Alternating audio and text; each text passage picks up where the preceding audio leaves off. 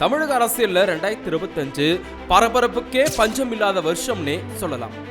ஆளும் தரப்பை நோக்கி வீசப்பட்ட கடுமையான விமர்சன கணைகள் ஒருபுறம் இருக்க, எதிர்கட்சிகளுக்குள்ள ஏற்பட்ட பிளவுகளும் புதிய அரசியல் வருகைகளால ஏற்பட்ட துயர சம்பவங்கள்னு தமிழகம் முழுவதும் 2025 பேசு பொருளான முக்கிய விஷயங்கள் பத்தி இந்த வீடியோல பார்க்கலாம். 2025 ஆளும் திமுக அரசுக்கு பெரும் நெருக்கடியை கொடுத்தது அண்ணா பல்கலைக்கழக மாணவி பாலியல் வன்கொடுமை வழக்கு. 2024 டிசம்பர் 20 இந்த சம்பவம் நடந்தாலும் இதன் தாக்கம் 2025 முழுவதும் இருந்துச்சு. அதிமுகவில் இந்த வருஷம் மிகப்பெரிய அதிர்வலையை ஏற்படுத்தியது மூத்த தலைவர் செங்கோட்டையன் நீக்கம் தான்.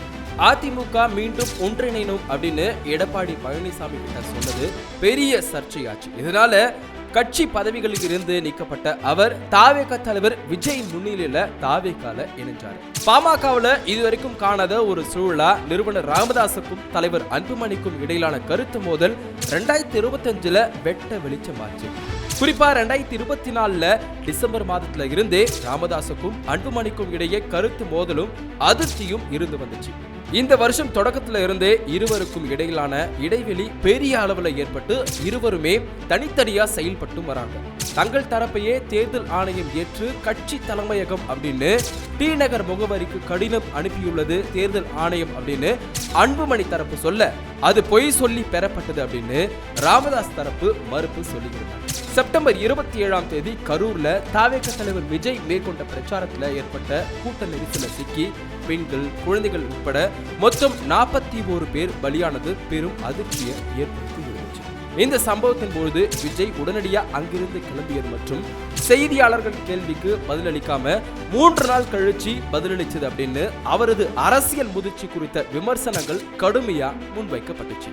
பாஜகவை பொறுத்த வரைக்கும் அண்ணாமலையின் பதவிக்காலம் நிறைவடைந்தது மற்றும் அதிமுகவுடனான உரசல்கள் ஓய்ந்து ஏப்ரல் மாதம் மீண்டும் கூட்டணி உறுதியாச்சு. அமித்ஷா முன்னிலையில இந்த தேர்தல் கூட்டணி அறிவிக்கப்பட்ட பொழுது தமிழகத்துல கூட்டணி ஆட்சி அப்படின்னு அவர் குறிப்பிட்டது அதிமுக வட்டாரத்துல சலசலப்பை ஏற்படுத்துச்சு. அதே நாள்ல தமிழக பாஜகவின் புதிய தலைவரா நயினா நாகேந்திரன் அக்கட்சியின் மாநில தலைவரா பொறுப்பேற்றும் இருந்தார்.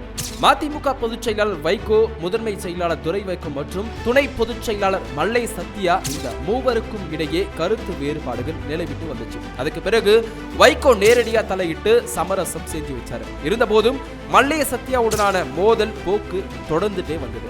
அதுக்கு பிறகு செப்டம்பர் 8 மதிமுகவிலிருந்து மல்லை சத்யா நிரந்தரமா நீக்கப்பட்டாரு. அதுக்கு பிறகு நவம்பர் 20 திராவிட வெற்றி கழகம்னு தனி கட்சியை ஆரம்பிச்சாரு மல்லை சத்யா.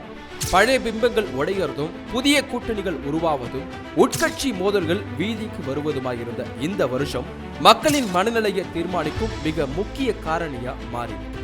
2025 விதைக்கப்பட்ட இந்த சர்ச்சைகளும் மாற்றங்களும் வர 2026 சட்டமன்ற தேர்தலின் முடிவுகள்ல எந்த மாதிரியான தாக்கத்தை ஏற்படுத்தும் அப்படின்றத பொறுத்திருந்து பார்க்கலாம்.